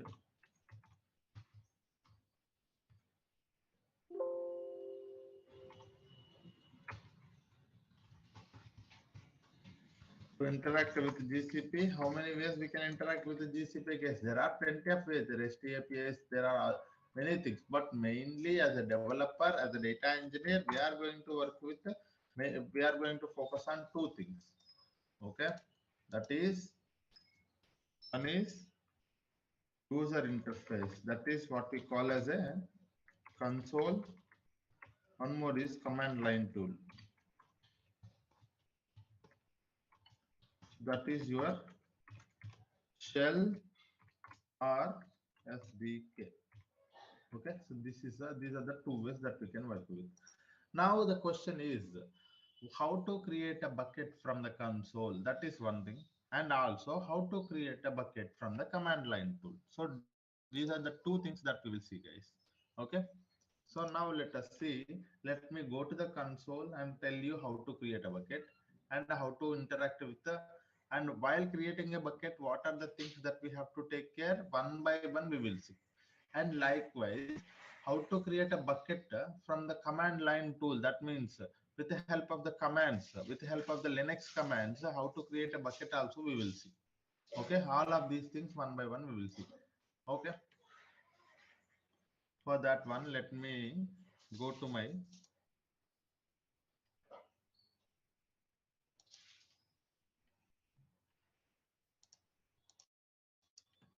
let me go console.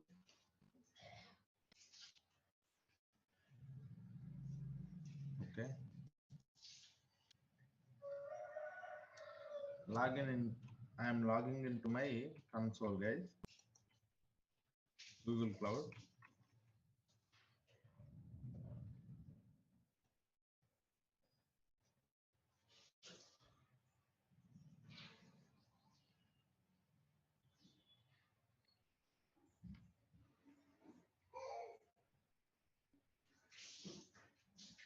Okay, so let me first give you an introduction to the Google Cloud platform here, the interface. So when you logged into your Google Cloud, so this is how the interface looks like. Okay, in the interface top left, you will be able to see all the services. This is your navigation menu. where you will be able to see all the list of services or the products available in the Google Cloud. Okay, so this is one thing. And one more thing, once you have here, so everything is worked by project, guys. Okay, this is something that we are going to start maybe tomorrow or day after tomorrow, about what is a project and how to interact with all of these things. We will see tomorrow, guys. But for now, just understand that. So when you wanted to work with any of the service in the GCP, okay, when you wanted to work with any of the service in the GCP, we have to enter, we have to select a proper project. Either we have to select a existing project or we can create a new project. Okay, how to create a new project, guys? Click on this new project. You will provide your project ID, project number, that's it. Okay, new project will be created. So each and every product in the GCP will be uh, can be tracked from the project only, and billing also enabled from the project only. If you don't select a proper project, the project you cannot be able to work with any of the resources. And one more thing, you have to enable the billing only, otherwise you can able to need not to, unable to work with the GCP services. And while you are working with any of the service, there will be a API. You have to enable the API. All these things are linked to a project only, because all the tracking of the billing will be done from the projects. Okay, so this is one thing, guys.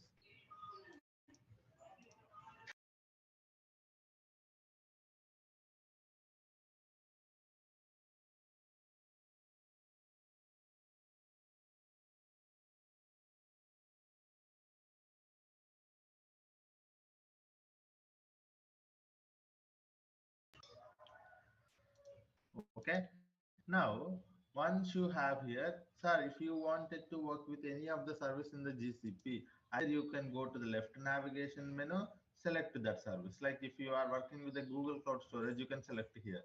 No, you wanted to directly select it, you can directly set that particular service. You can also select from here. Okay, Google Cloud Storage. And after that, sir, there is a free trial status, how much amount of money that is left in your free trial status and how many days it is, you can able to see from here. Okay, and here this is where you can able to activate your Cloud Shell, sir. If we wanted to work with the Cloud Shell, nothing but a command line tool, where this is where the place you have to go and click on activate the Cloud Shell. When you click on activate the Cloud Shell, one more at the bottom you will be able to see a command line tool will be opened for us. It takes like almost 30 seconds. For the first time it can take 30 to 40 seconds. You see here a Cloud Shell terminal will be opened for us. Okay, so this is a we will see what is actually a Cloud Shell and what kind of a tool it is and how to an introduction to the Cloud Shell also I will tell you guys, but now let us not worry about that. And after that, this is where you will be able to see all the notifications when you create a bucket, when you delete a bucket, when you move something, you will be able to see here. And the settings, you if you wanted to go to the project settings, you can go for from here. And all the if you wanted to add one more account, a sign out account, and you wanted to look at your account details, so from here you will be able to do it. So this is all about the interface of the Google Cloud, guys. In a Google Cloud, you will be able to have a navigation menu for selecting the each and every service, or go to the search box for selecting a proper service.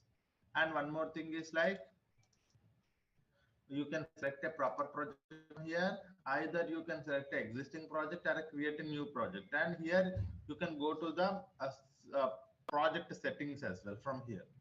Okay, and one more thing is like activate Cloud Shell. So you can able to see the Cloud Shell was activated, you will be able to see. So whenever you are working from the console also, the very first thing is like you select a project, right? Likewise, whenever you work from a Cloud Shell also, you select a proper project. Okay, so this project by default the this project is selected. How I know? Every project is tracked with the help of their project ID, guys. So this is your project ID, arboreal avatar, right here you see arboreal avatar. So this is your project ID. And if you wanted to select one more project from the Cloud Shell, so the thing here is like you have to mention this one, Google Cloud config set project, and that project ID you have to mention, so that you will be able to enter one more project. And here from the console, if you wanted to go to a one more project, you directly click on that one. So like how you are clicking on this one, you click on one more project, that project will be selected. So if you are working in that project, that means all the billing will be enabled to that particular project only. Okay, so this is what is all about the introduction to the GCP console as well as Cloud Shell, guys.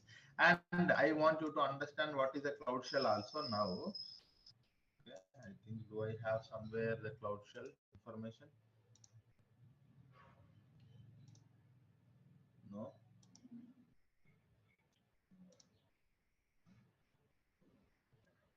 No. Yeah, here it is. Yes.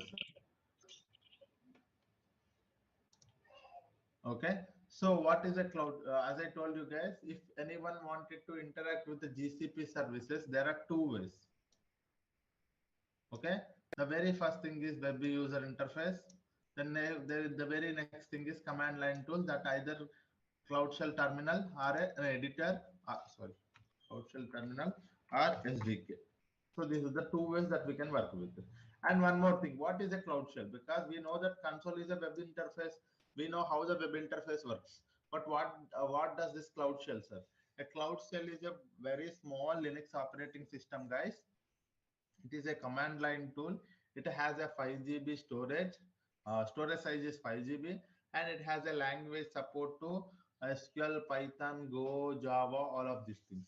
If we wanted to work with the shell, we first activate it. After that, we select a proper project and use shell commands and Linux commands to interact with the each and every services.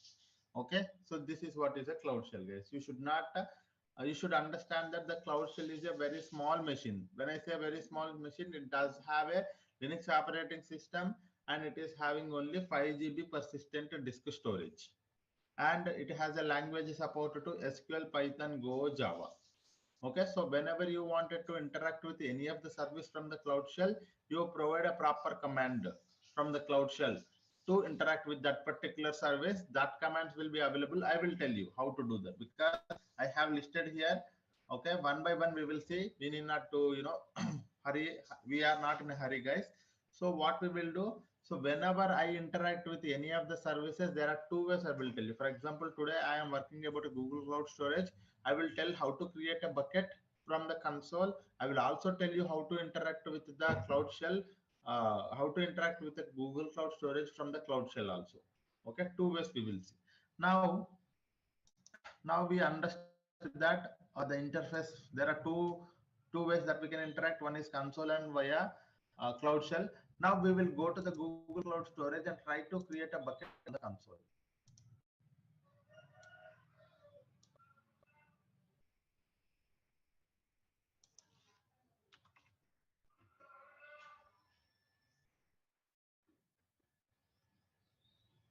Hello.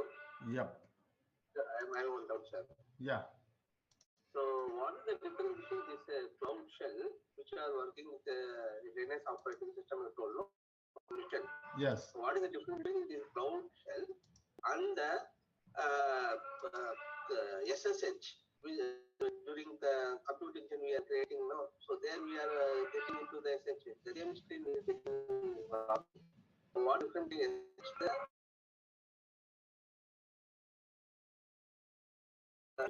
Share interface where we will be able to interact with each and every service in GCP. And one more, this SSH terminal is only for that particular virtual machine, right? So you cannot interact with all the GCP services. If you want to interact with that particular virtual machine, what you provide some commands. You wanted to upload some file, you wanted to delete some file, you wanted to see some information, you wanted to access some information, you wanted to provide some permission. So all of those things are related to that particular virtual machine. Okay, there also you will be using a Linux commands, and those commands are also similar. But the thing is, like, it is only specific to that virtual machine. But here, Cloud Shell is a overall service or in general service or a primitive service where you can able to interact with each and every service in the GCP. All the resources, all the permissions, everything can be done from the Cloud Shell as well. So that is the main difference, guys. Okay. Okay, sir. Then what is the purpose of SSH? Sir, we can directly interact with what are the commands we are giving in SSH? The No, same no, command no. we can So you have to understand that one more thing is like if I wanted to interact, because see a virtual machine, as I told you, you have to understand this thing as well. A cloud shell is a small machine. When I mention a small machine, it have only the 5 GB persistent disk storage. And when you go to the virtual machine will be having a lot of storage. Sir, I wanted to move a file from a file of 10 GB to a virtual machine, that I can do, but I cannot load it to the Google Cloud Shell, right? Because it has only 5 GB. When I say 5 GB, you can only store until 4.5 GB of storage only. So it's not possible. But when I say virtual machine, you can able to store any amount of data as per your storage requirements. If you have a given a configuration of storage like 500 GB, you can store 500 GB also. You can store 1 TB also. According to your requirement, you create a virtual machine. But it is not, it is just a small machine to interact with this and that, but it is not for running a heavy things. Okay, even you go for a heavy complex things, it will not, it will struck, because it's a very small machine. But SSH terminal is a very it's like your shell commands. Okay, you for example, you have a laptop, right? When you go to a laptop, you have a command line tool, right? That's like your SSH terminal. Okay, that means when you wanted to work with your laptop, you have a user interface that you go do this and that. But in the command line tool, you have a command CMD. When you enter a command called CMD in your search button, you will be able to open that command line tool. You can also work with from the command line tool from any of the to any of the services. Okay, when you wanted to work with any of the services in your local laptop, so if you wanted to work with this thing, that thing, you can able to work with. So that is like your SSH terminal. Okay, a full machine and its own everything will be controlled by SSH. Not only the SSH. If you open, for example, if your virtual machine is a Windows operating system, then you can again do with a user interface also. Okay, but if you go, if you have selected a Ubuntu or Debian, so then you can able to only work with the commands only in that case. So that is what that command line tool is, nothing but SSH terminal. Yeah. Okay, whether that G Cloud and GS Util, both commands will work in SSH. Of course, yes, it will work. G Cloud commands will work, yes. But you have to import it before that. Okay, because SSH terminal is specific to that virtual machine, but it does not understand the Google Cloud. Even though I am working in a Google Cloud, it does not understand. So what you do, you import all the modules. Okay, when you import all the modules, it will work. All the modules. So we will see in our upcoming classes. Okay. Yeah.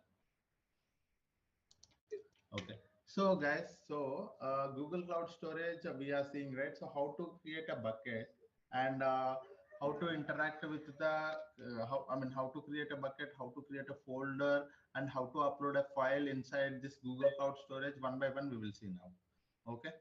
So for example, when you are inside a Google Cloud Storage, this is how the interface looks like. If you wanted to create a bucket, click on create bucket. Keep yourself muted, guys.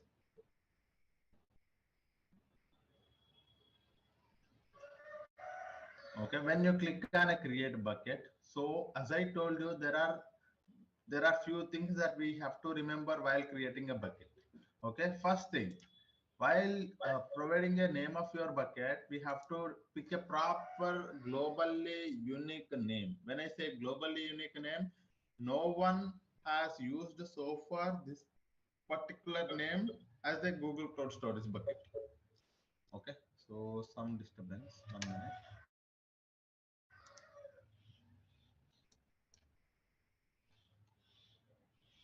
Yeah. So, when I say globally unique name, so far no one has used this name as a Google Cloud Storage bucket. No one, when I say it's not me, it's not you, it's everyone. Whoever so far worked on the Google Cloud Storage, for example, I did not create a bucket with the name of the bucket called a bucket. Okay. But someone might have used it. Okay. So this bucket name is already taken. bucket 1, bucket 2, bucket 3, something like that. If you give a normal name, it might have created by someone might have used this kind of a bucket name already. So you cannot be able to create it. So it should be a properly unique name so that you can able to give that to your bucket. So for now, I am going to give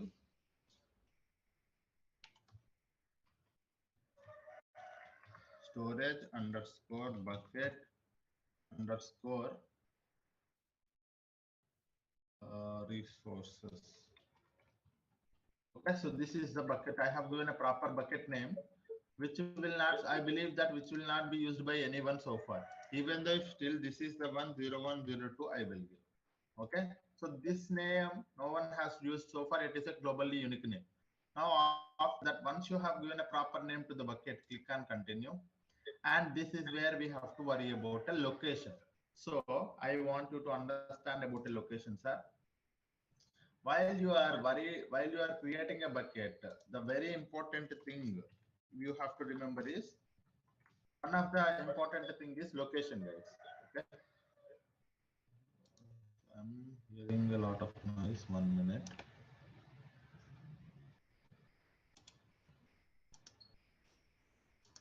Okay, location. So there are three there are three types of locations available inside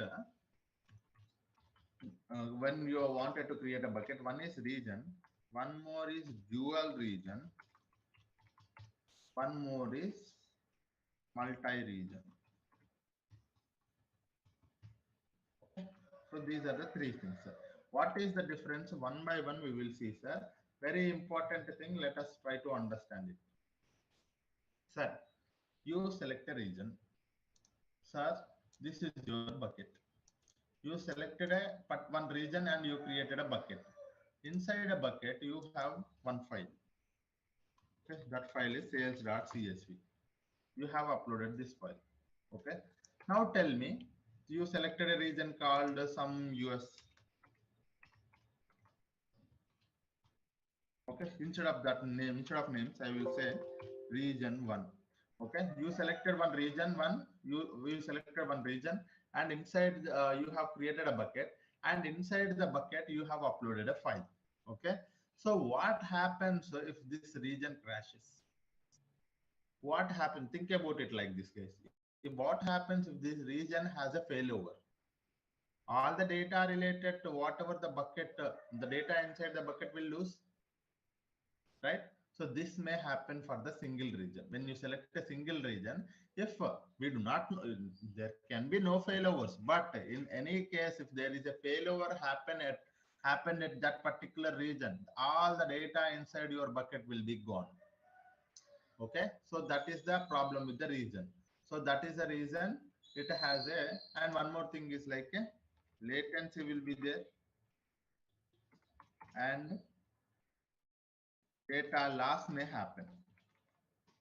Data loss may happen because you have only selected, there is no replication. I would say instead of that one, no replication. Instead of that one, I will say no replication. Okay. So these are the two things. There will be a latency. When I say latency, you wanted to see here. You wanted to get the data from this particular bucket. There are plenty of the people need to have the data from this